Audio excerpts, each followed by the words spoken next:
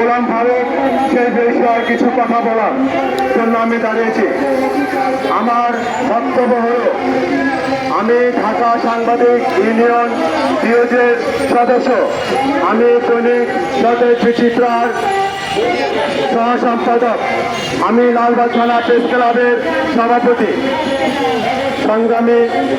সংগ্রামী সংবাদ ভাই বোনেরা, আপনারা ইতিমধ্যে জেনেছেন আমাকে মে মাসের 4 তারিখে রাত আনুমানিক 4:30 পুলিশ শেখ হাসিনার দোসর ওসি গোলাম ফারুকের নেতৃত্বে 50 থেকে 60 জন একটি পুলিশ দল আমাকে আমার বাসায় যায়। বাসায় গিয়ে আমার গেট করতে বলে। আমি গেট না খোলাতে আমার গেটে জাহিদ জোরে জোরে জোরে লাথি মারতে থাকে।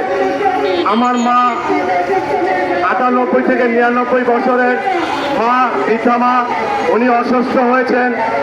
কিছুদিন পূর্বে 22 এপ্রিল আমার স্ত্রী ইন্তেকাল করেছেন। আর মে মাসের 4 তারিখে এই ঘটনা। আমি ওইদিকে জিজ্ঞাসা করি আমার অপরাধ কি, আমাকে কি কারণে আপনারা গ্রেফতার করতে আসছেন, আমার নামে কোনো ওয়ারেন্ট আছে কিনা, আমার নামে কোনো অভিযোগ আছে কিনা। কিন্তু ওসি বাইরে থেকে বলেন না, আপনার নামে ওয়ারেন্ট আছে। আমি বলেছি তাহলে ওয়ারেন্টের কাগজ আমাকে দেখান, আমি স্বেচ্ছা থানায় যাব, আর নয়তো আপনারা সকালবেলা আসেন। যেহেতু আমার স্ত্রী 22 এপ্রিল ইন্তেকাল করেছেন, আমি খুবই অসুস্থ, বাসায় রেস্টে আছি। আমার মা বৃদ্ধা বয়স্ক, সে আতঙ্কিত হয়েছে। আপনারা দয়া করে চলে যান, আমি প্রয়োজন বোধে থানায় আসবো। কিন্তু অতি এই আমার কথার কোনো কথা মানে নাই। দ্বিতীয়ত আমাকে কোথাও ফোন করতে দেওয়া হয় নাই, আমাকে কোথাও যোগাযোগ করতে ওনারা জোর করবো।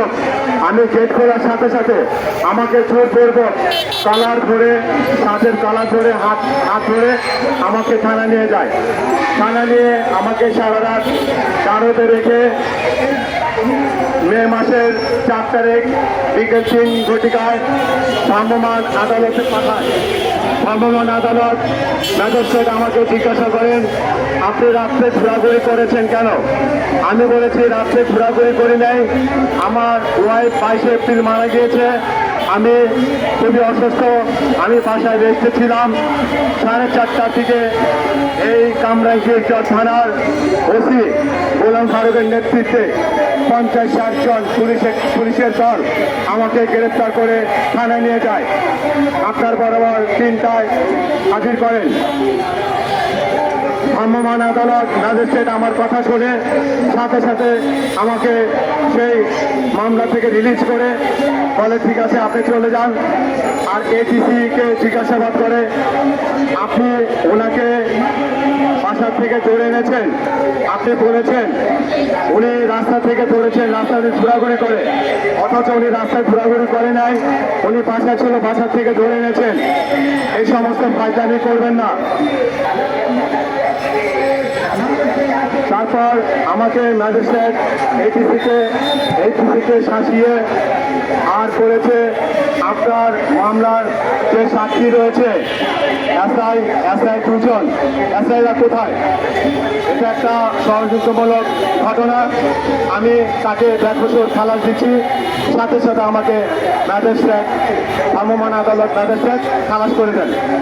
এরপরেই আমি ছাড়া পেয়ে এরপরের দিন কিছু পত্রিকায় খুনি হাসিনার দোসর ওসি গোলাম ফারুকের বিরুদ্ধে 4-5টি পত্রিকায় নিউজ হয়েছে এবং অনলাইনে নিউজ হয়েছে।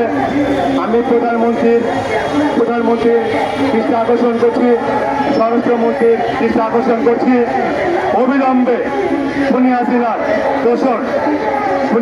দোসর কামরাঙ্গীরচর থানার ওসি গোলাম ফারুকের অবসর দাবি জানাচ্ছি। এবং এই মানববন্ধনে, এই প্রতিবাদে আমাদের সাংবাদিক সমাজ খুনি শেখ হাসিনার দোসর গোলাম গোলাম ফারুকের অবসর চাই। আমরা আজকের এই মানববন্ধন শেষে যদি গোলাম ফারুককে অবসর করা না হয়, আমরা কিছুদিনের মধ্যেই কঠোর থেকে কঠোর আন্দোলন দিব এবং সাংবাদিক সম্মেলন করব।